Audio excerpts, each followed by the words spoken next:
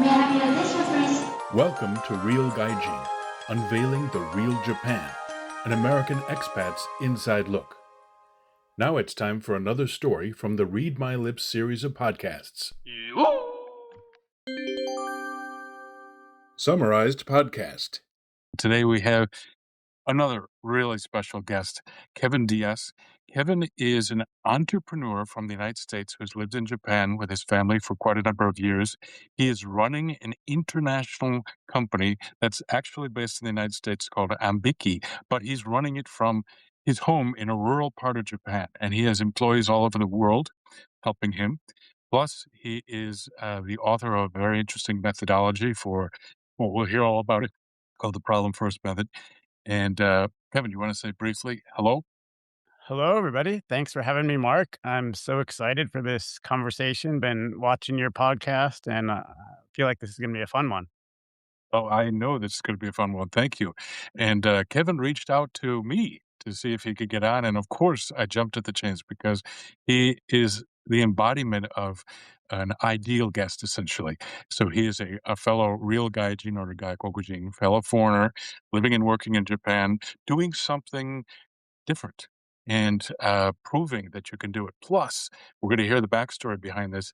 He started out teaching English and then pivoted to something totally different. I know that's a very common theme and something a lot of viewers are curious about. So we're going to get into that in just a second.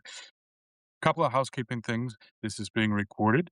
I'll try to get the recording out within 24, 36 hours or so. Give me a little bit of time to do a little slight editing, and then we'll get it out. Plus, we'll also put some key takeaways from today. The other thing I want to remind everyone is that this is a live video recording session. So that means that you can literally ask Kevin anything you want. Use the chat functionality at the bottom of your screen. Put in anything you want, and we'll periodically monitor that and ask questions. All right, great. Kevin, first of all, maybe take us a little bit back about your history. How did you get to Japan? Yeah, great question. So I think we should go back to my sophomore year at Wake Forest University in North Mm, Carolina. So it was a Please. liberal arts school, and we had to take different classes across, history, even though I was a business major, language. And I was studying Spanish at the time.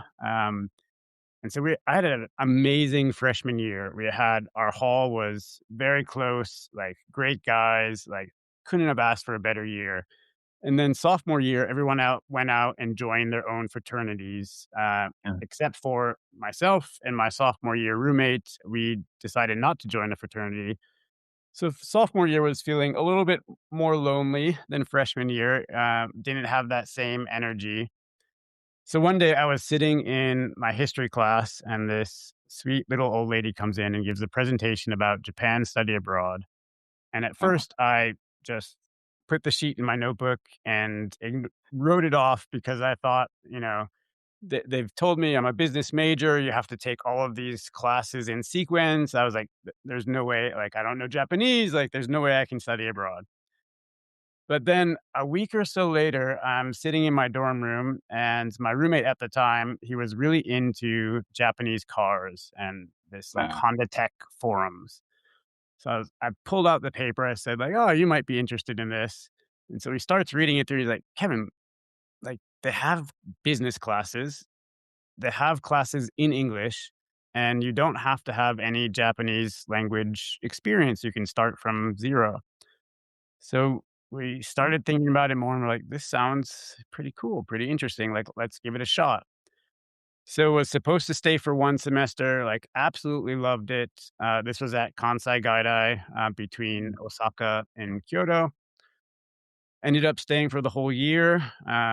Amazing time. That was, when I first landed, like didn't even know one word in Japanese, but like, got to learn Japanese, got to take these business courses in English. Um, but then graduated, went to work in investment banking, and this was back mm, in 2006, 2007, before the financial mm, crisis. yeah. But the cracks were kind of starting to show. And also I was, kind of a little bit questioning like, what's my why? What's my long-term goals and purpose? Sure. So the work was very intellectually challenging and very interesting, but like there was something that still felt like, what do I want to do with my life? So after 2 years of that, did a complete 180, decided like I want to go back to Japan. I'll teach English, try Hmm. something different.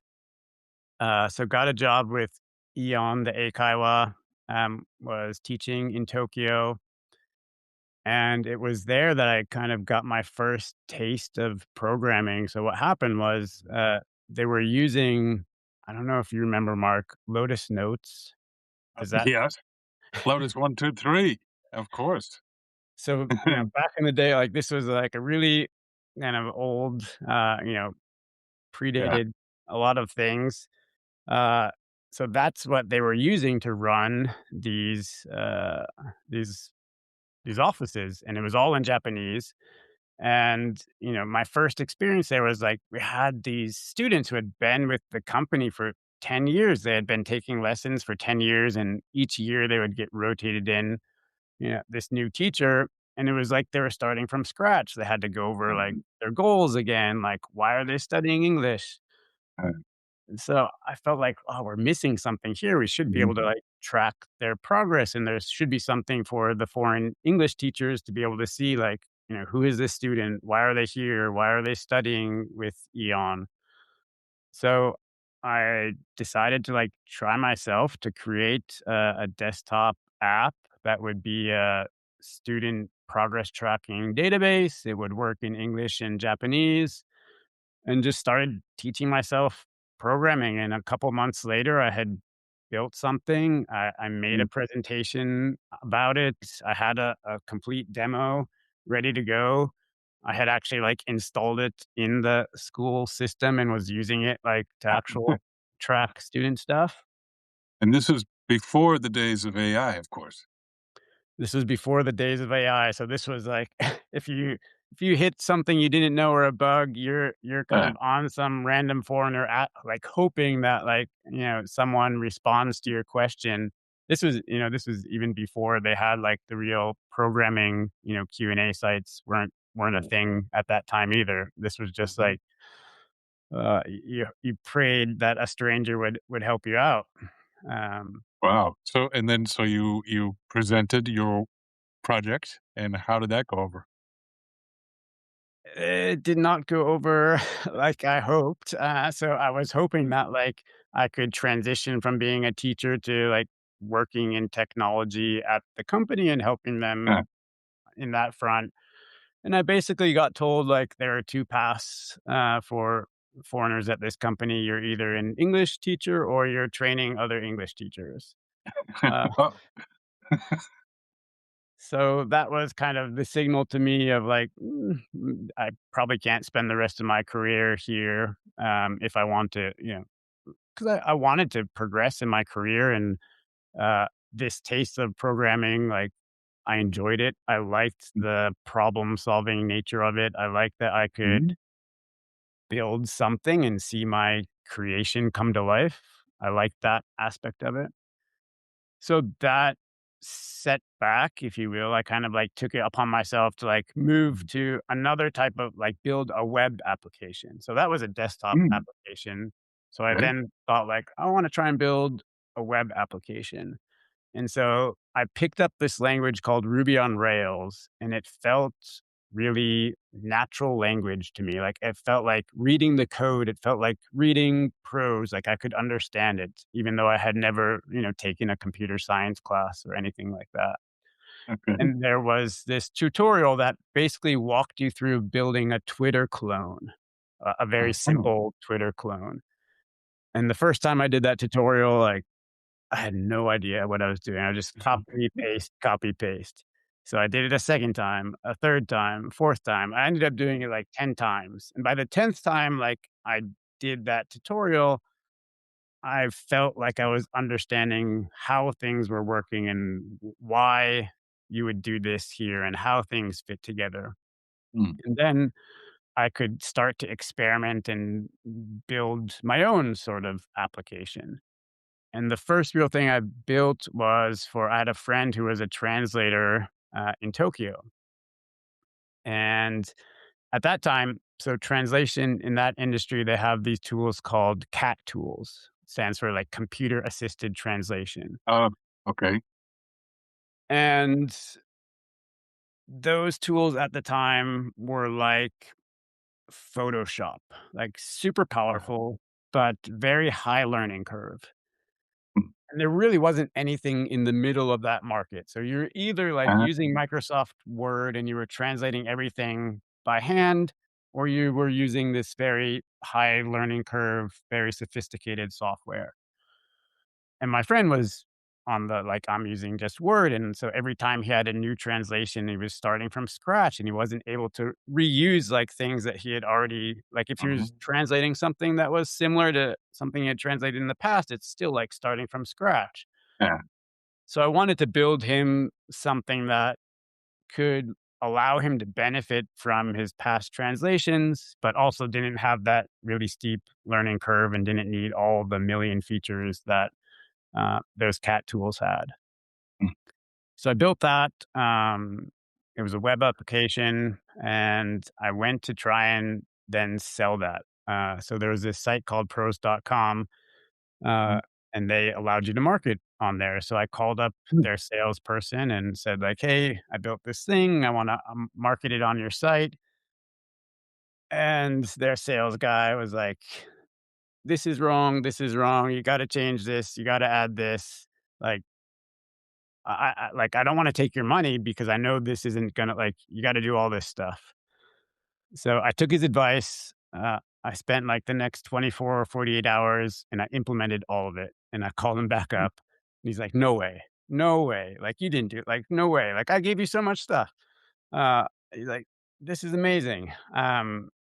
He's like, yeah, "Why don't I put you in touch with our owner who also has a Japan connection?" Like, his wife is Japanese, like, he's over mm, there part of the year.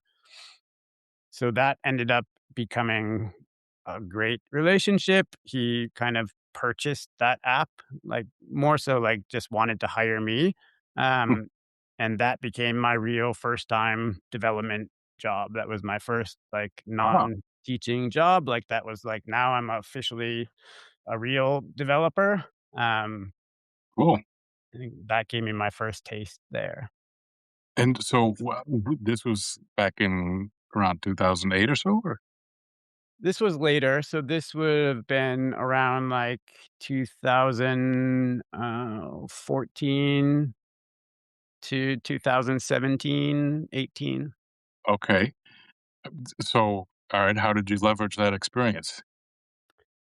So that, helped me grow a lot. So now I was a developer at this, real company, pros.com, like, helps serve freelance translators, Mm, um, got to get a lot of great experience there.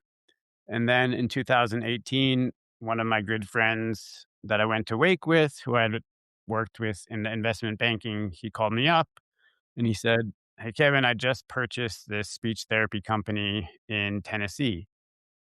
I see. Uh, and there's about 60 therapists there. And right now, one thing we're dealing with is these clinicians are burnt out. They're having to do so much work at night writing notes. They're having to do all this extra work in Excel at the end of the month for payroll, for Uh, XYZ. He's like, "Kevin, I know you're good with computers and software. Would you be interested in coming to work with us and help us like create some systems to improve our operations and help the therapist uh, do their work more efficiently, more easily?" And I thought, like, this sounds cool. Like, it felt like it was a combination of different things I had been working on and interested in. So, like, there was mm, the natural language processing aspect from translation of like the language aspect to it. But there was also like the teaching English as a second language. I think that yeah, is about mm, as adjacent as you can get to being a yeah, speech language pathologist. A lot of what interesting. pediatric speech language pathologists do is very similar to what, English as a second language teachers do. So I felt like it was a great opportunity to take things that I was interested in. So jumped on that, and we started just building some tools for these therapists. And 3 years later, looked up and we had built this whole operating system that was running their whole practice. And we helped them grow from 60 therapists up to 170 Oh, therapists in that time. And so that's when we thought like, hey, probably other practices in the US yeah, would benefit from this software. Why don't we spin this out into its uh, own company? So I that see. was the start of Ambiki, and we we decided at that time to kind of rewrite it from scratch because we had really made this very bespoke to this one Yeah. practice. So we did kind of start Ambiki from scratch, but like taking everything we learned, those lessons over those first 3 years, um, and started building that. And so, yeah, we launched Ambiki. I think that would have been back in like 2021 or so. Okay. Well, that's fascinating, and I want to definitely circle back to Ambiki, and I have more questions about that. But can you put this in perspective here? You did all this while you were living in Japan, right? Yes. So I've been in Japan since 2008. Um, so this was So all remote work. talk about remote work. So you did all of this to help support a company in Tennessee, and you did this from a rural part of Japan, essentially. Yeah. So the translation job, their headquarters was in Syracuse. Okay. And back then I would maybe once a year, twice a year, Ah, take a trip to Syracuse to work at the office for a week. But funnily enough, like at that, like I would get less done when I was there than I get done. Like I work really well in a remote environment. So, but I I'd think say so. what you one of the skills that's very important in a remote environment is written communication. Mm, Um, being able to, async communication, but it's also helped that like naturally I'm an early bird. Um, ah, the so time zone. Yeah. the time zones, like I get up early, I overlap with like the end of the East Coast day. So on a Got it. daily basis, I'll typically do meetings from like 4 a.m. to 7 a.m. Ooh, But then it leaves my day is like unbothered of where I can get a lot of deep sweet. focused work done. So yeah, that is a big structure of how the remote work has kind of worked Well, out. that's fascinating in itself, but just by itself. I mean, that's terrific. How inspirational that you could do all this from Japan, and you're not even in Tokyo. So that's great. And okay, so let's go back to Ambiki. Well, first of all, I'm not familiar with what that term means. What is there some story behind the name? Yeah, it means nothing. Actually, I think it Oh, is like a city in India, but how we came oh, up with that name was we were brainstorming. We wanted a .com name. We wanted something that was short, one word that could be kind of unique and memorable. And one of our teammates at the time, who was also living in Japan at the time, he suggested, well, the words ambitious. So one of our number one value at Ambiki is be ambitious. Uh, and then a Japanese word, meaning like kind of like a dictionary or like ah, a record. So the idea being that like we're kind of ambitiously trying to yeah, keep track of all of the data for these practices. So the name was born out of that, but it's just a made up word. okay, yeah, but that's a interesting backstory there. And hey, I've got more questions, but I want to definitely put a shout out to everyone that's joined. We have a number of people here. Please use the chat functionality to put in any questions or comments. I don't see any just at the moment, but wanted to give that reminder to everyone. Okay, well, maybe let's take a step back again and tell us a little bit more about running a speech therapy business. I mean, for example, what exactly? is involved with that, and what are the issues that you're trying to solve, other than keeping notes and so forth?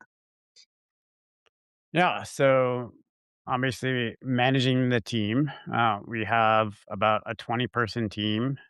We have developers, we have our support team, we have our implementation team, we have our sales team. So we have to figure out, what are we going to build and why. And a lot of my philosophy around that is something that was a big driver for the book that I wrote, The Problem First Method, Hmm. um, about how it's important to understand what problem are we solving for the customer, whose problem is it, and if we solve that, what sort of impact will it have? Um, what else? Well, We maybe you could answer your customers, what problems do they mainly deal with, and what are you trying to solve then? Yeah, so Ambiki is a practice management system for pediatric speech language pathology private practices. So these are practices that are helping kids in the United States who might have speech delays or difficulties or things like that. They tend to be from birth to, elementary school age or even older.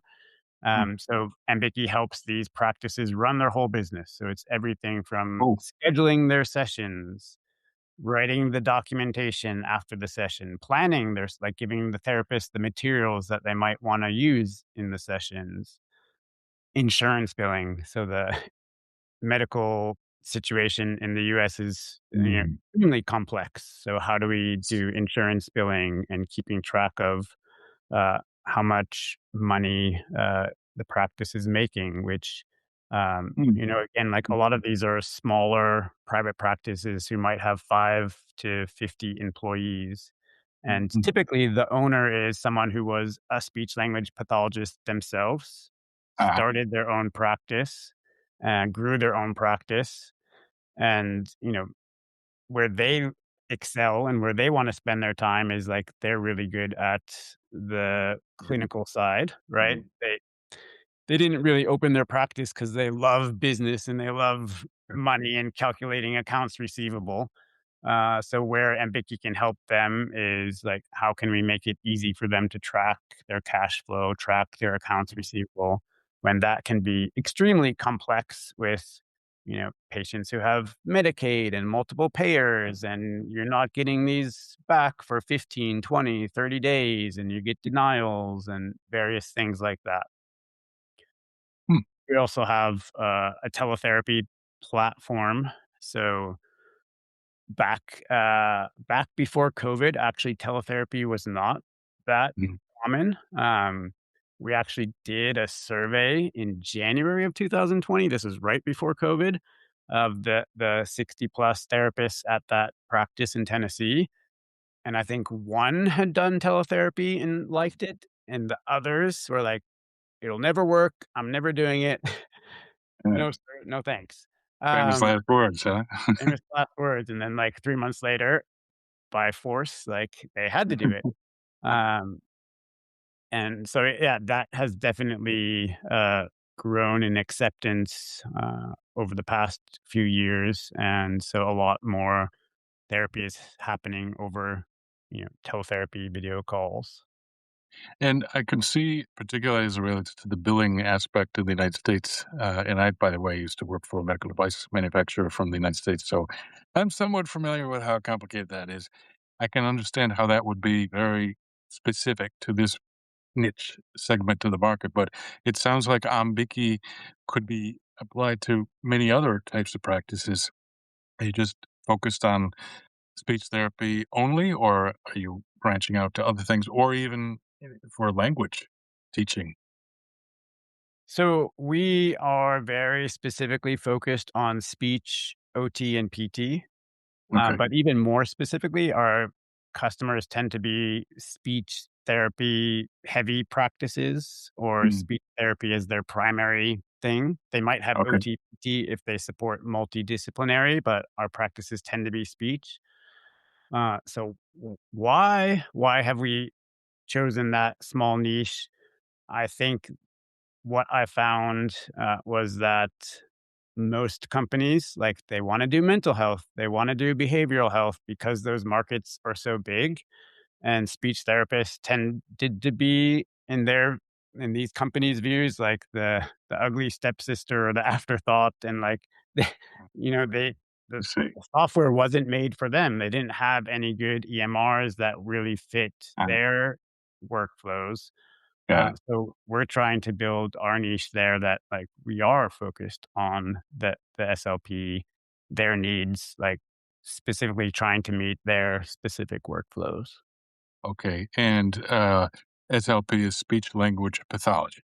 Correct. Yes. Okay, good. So that's very good. And to focus like that, are you under threat though from like any of these AI companies or that are killing the SaaS market, or have you probably pretty much built your own moat very specific to the SLP business? Yeah, that's a great question. So I don't think anyone is going to vibe code an EMR. Yeah, it is just like it's so amazingly complex. And it's odd that like if you look at one feature individually, it's never super complex. But the complexity comes in that you have all of these various features that have to work together, that have to talk to each other, and there are just so many different permutations of like, all right, well, this is an SLP and they have this credential and they're seeing a patient that has, this funding method and these diagnosis codes.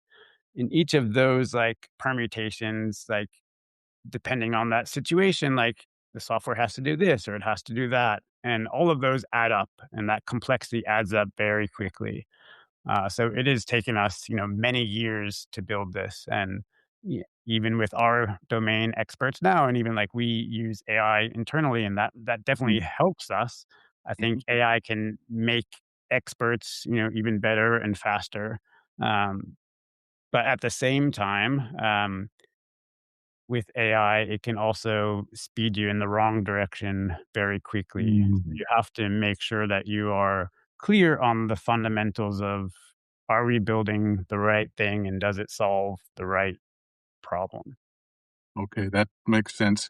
I think you pretty much already answered that, but I got to just tell you, when listening to you here, it reminded me of a very interesting service here in Japan that you might know of called Komiru. Komiru is, One. yeah, you can look it up. It's C, so Comiru. Komiru is like the equivalent of what you're doing to run a juku, and I saw them once and was considering, I decided not to do this, but to like open my own language school by using this. And it does a lot of the things that you were talking about, like scheduling and billing and all that, and well, the equivalent of health, which would be, in their case, this kind of language instruction over the internet. Well, anyway, it sounds like. So, by the way, is Ambiki solely focused at this point on the American market due to the complexities of the billing, or are you branching out globally? Yeah, right now we are staying focused on the American market. I think, as you said, just because billing complexities and like being able to know that and understand that.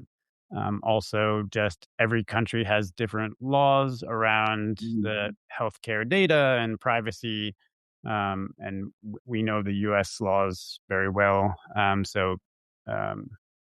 yeah, Sure. just starting there, starting with what we know, and could eventually expand out later. Okay, good.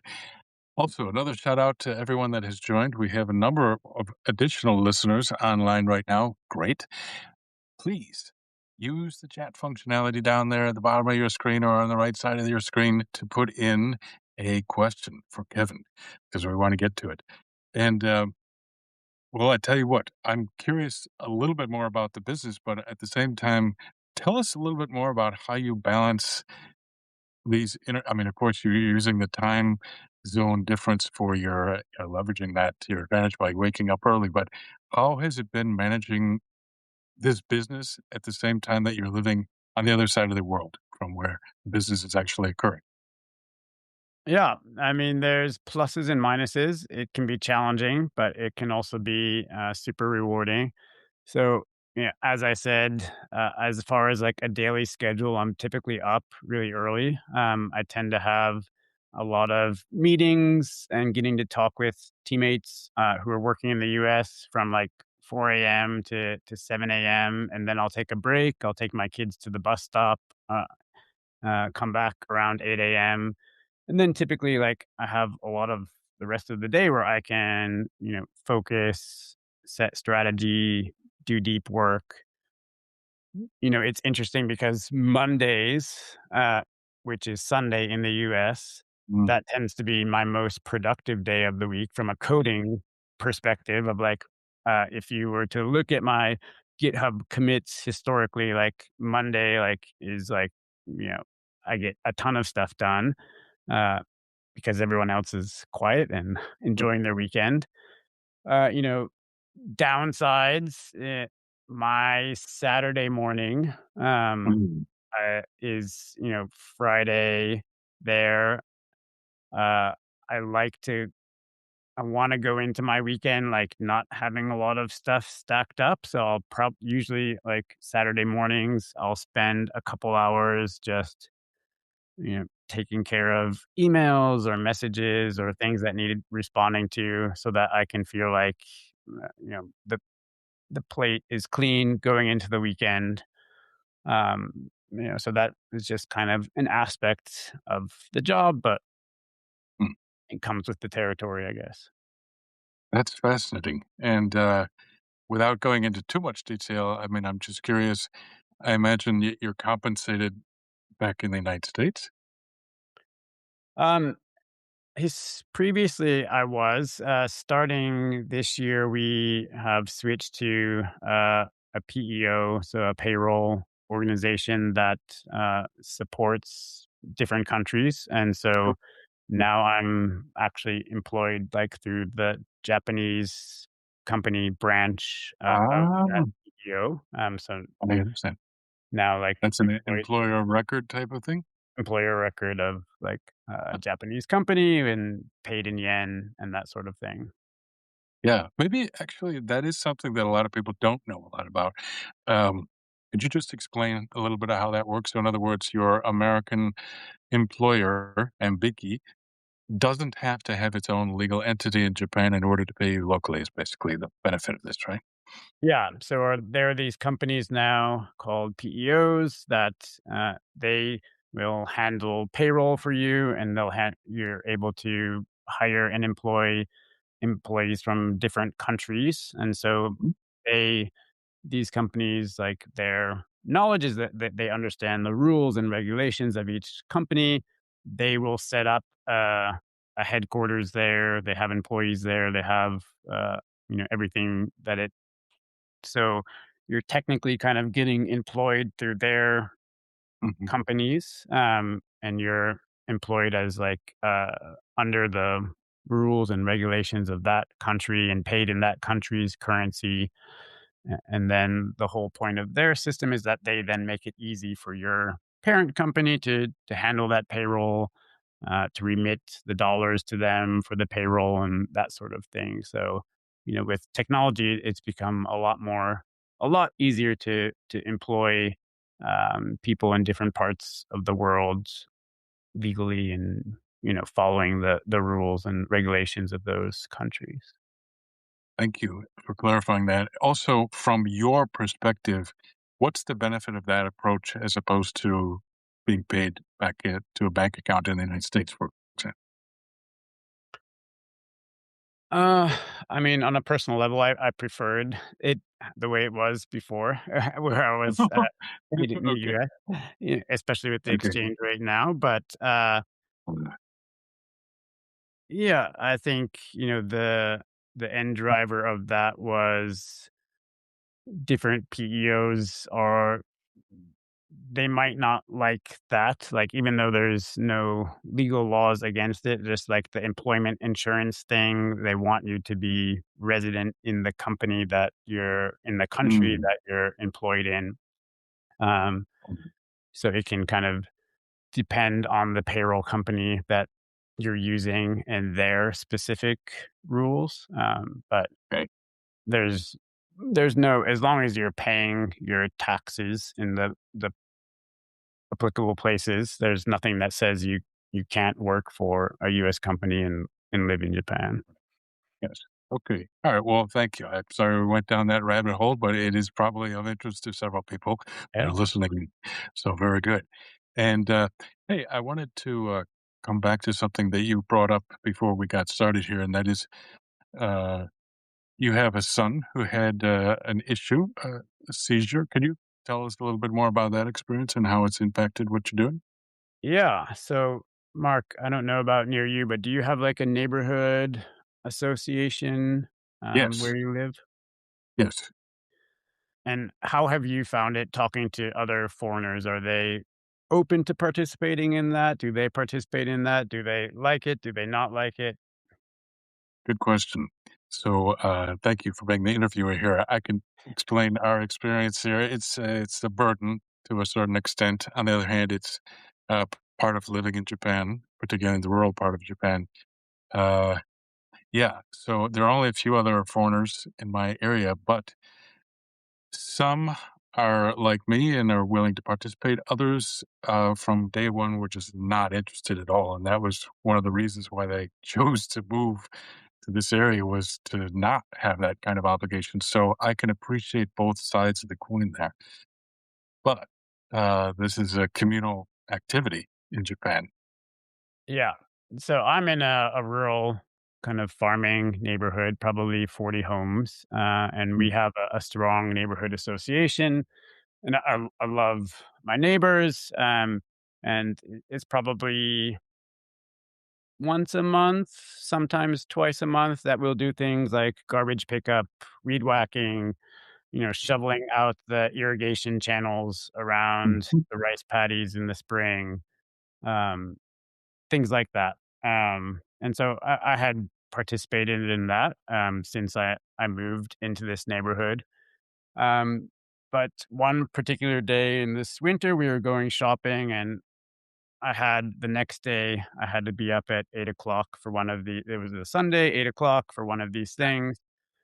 And for whatever reason, like on that day, I was particularly like kind of like, "Ugh," like I don't want to get up tomorrow. And all my other friends, like they don't participate in this neighborhood stuff. Like, why do I have to do this? So I was feeling a little grumpy about it.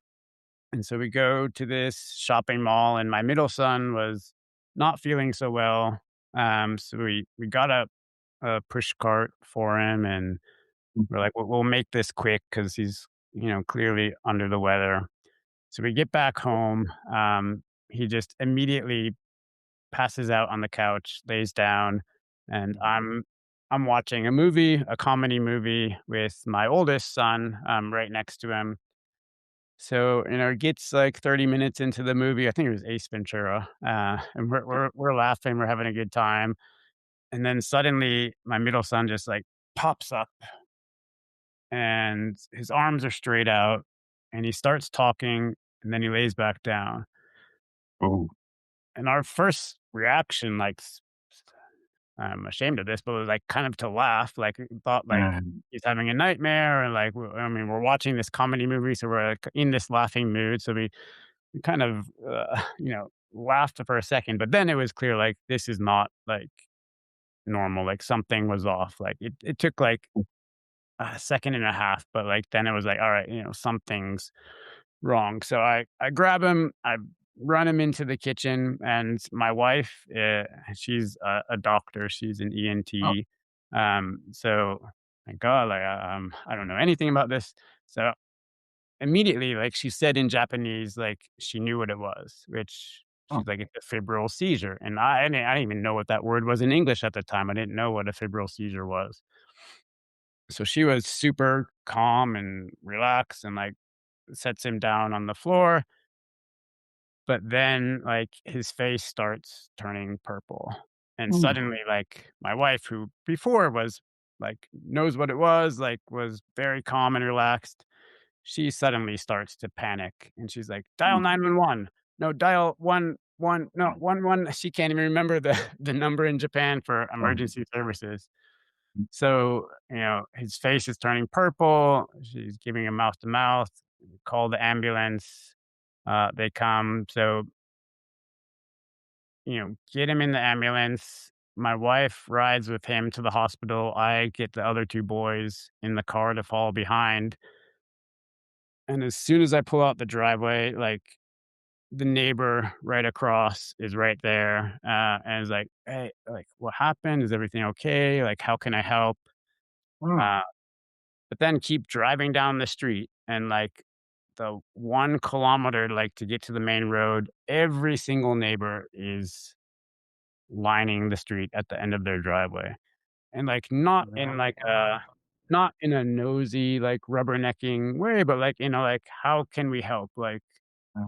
really caring, and so like I mean, that moment, I was like, "I am never gonna complain about, like, neighborhood work again," like, It came out for you.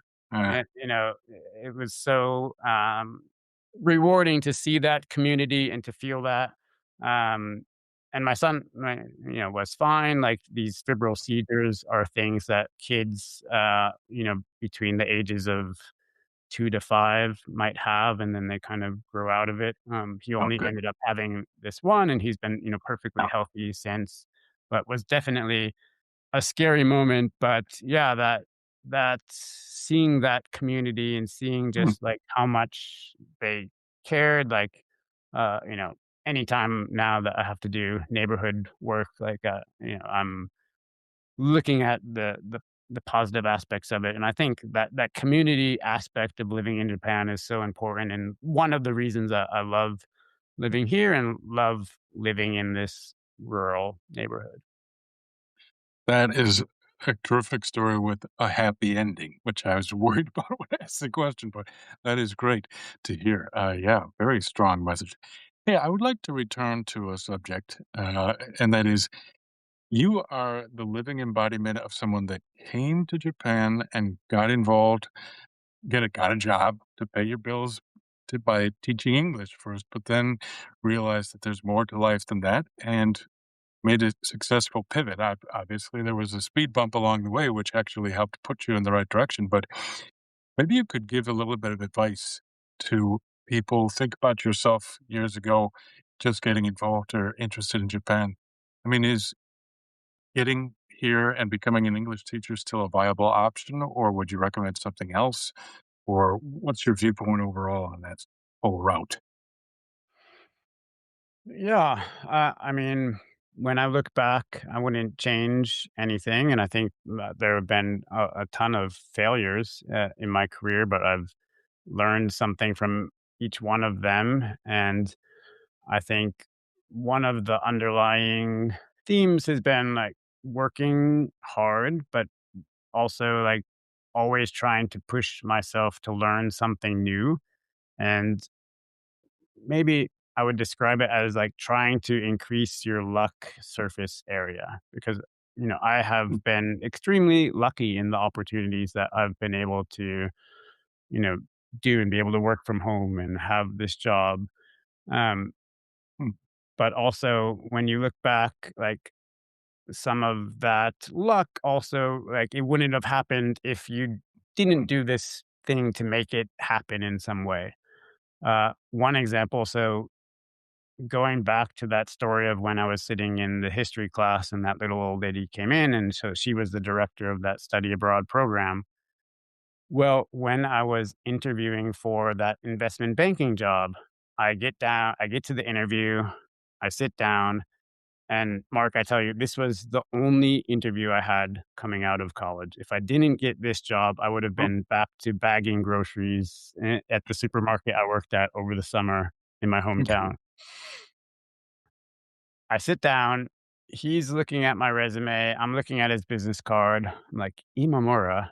He's looking at my resume, like, study abroad. Like, do you know my mom? Uh, so it was his mom who was the Oh, director of the study abroad oh my. program. So Wow. again, like, very lucky. Like, was that the reason I got the job? Like, I don't, I, I don't Maybe. think that was the Yeah. reason. Like, but it definitely it helped. Like having that connection.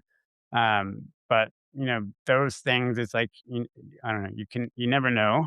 But the more that you can work hard, learn new things, increase that luck surface area, I Mm, think the more opportunities will present themselves. And uh, when you can kind of jump on it. Maybe the other advice I would give is that I've seen sometimes like employees will say like, I'm not going to do this mm, until I get the promotion or until you pay me for it. mm, Like my job duties only say this. mm, But then on the flip side of that, the company's thinking like, well, I'm not going to promote you until you show that you show some aptitude or some. So one thing that I've always done in my career is like not be afraid to take the risk to do more. And mm, many times it hasn't paid off, right? Like that at mm. Eon, I made that student database. I made that presentation. It didn't end up in a job. Right? I didn't get a technology position at Eon, but through the process of that, I did teach myself Mm, programming. mm. I did like learn things about how to present to like how can I present my ideas in a concrete way. Um,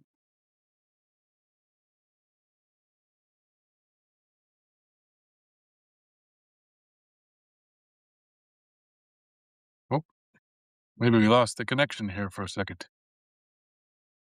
I'm not sure if, got a quick message saying the internet connection is unstable. We haven't had that before. In any case, very good. I'm sure he'll dial back in just a second. In any case, very interesting discussion here. And another shout out to our viewers. We have a number of people here.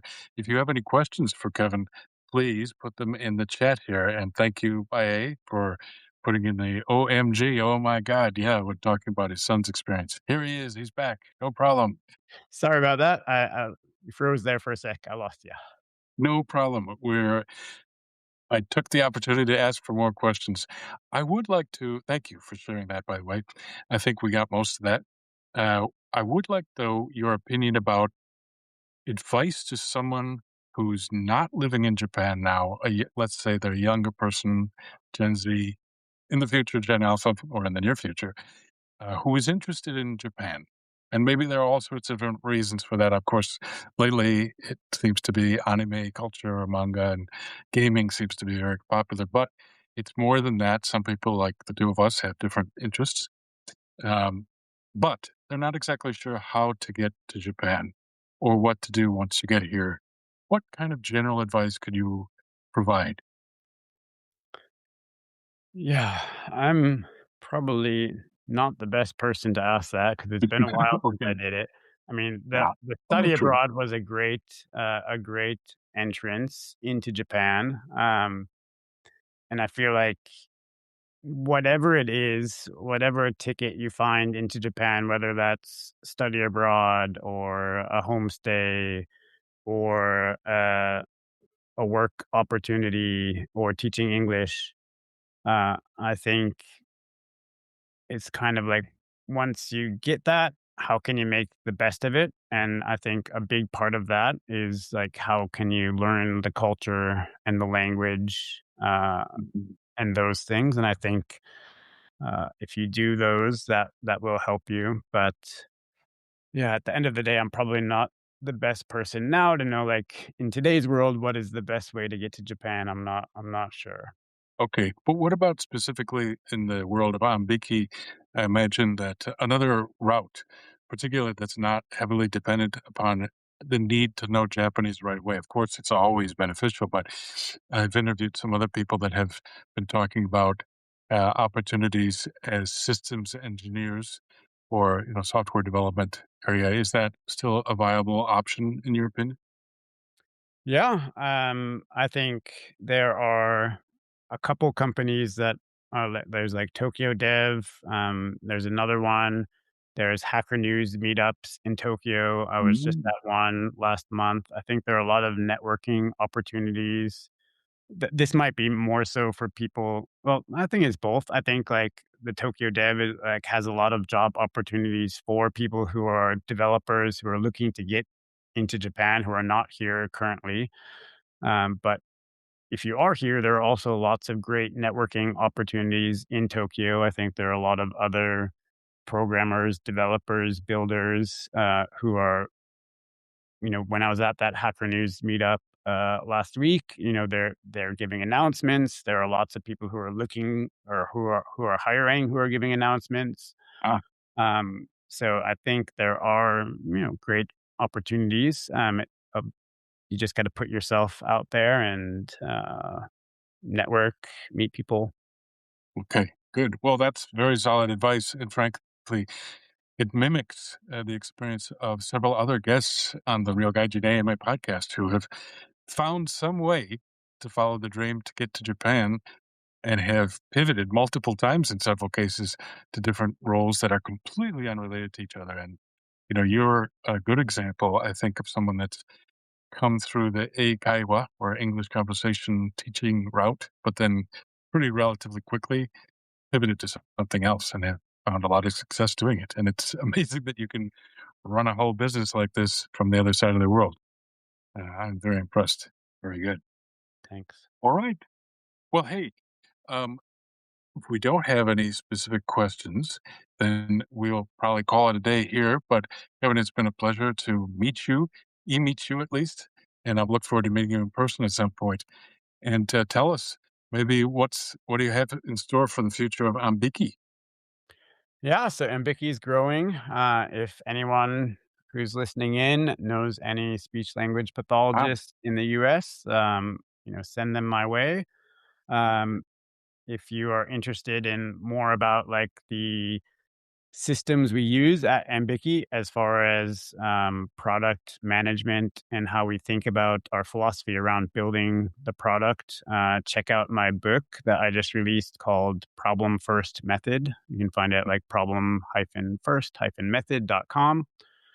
It's available on Amazon too. It's a story-based business book. A lot of stories from Ambiki and my personal stories from Ambiki, but also stories of larger companies like Google and Air Canada and Apple that I think would be really interesting and help you think about if you're interested in software development, product management. We'll give you some great tools you can use.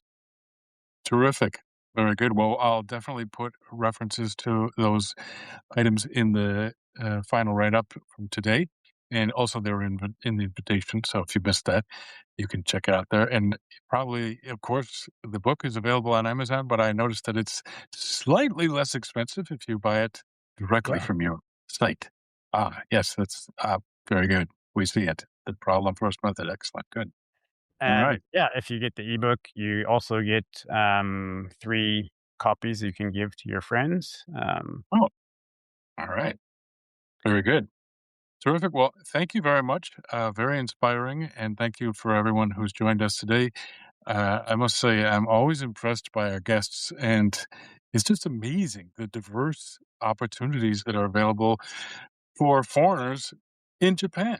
It doesn't really matter where you are, and you have really taken like the best of it. I imagine, especially with the support of your community, that you're very happy living in a rural part of the country, which is also good to know. Thanks, Mark.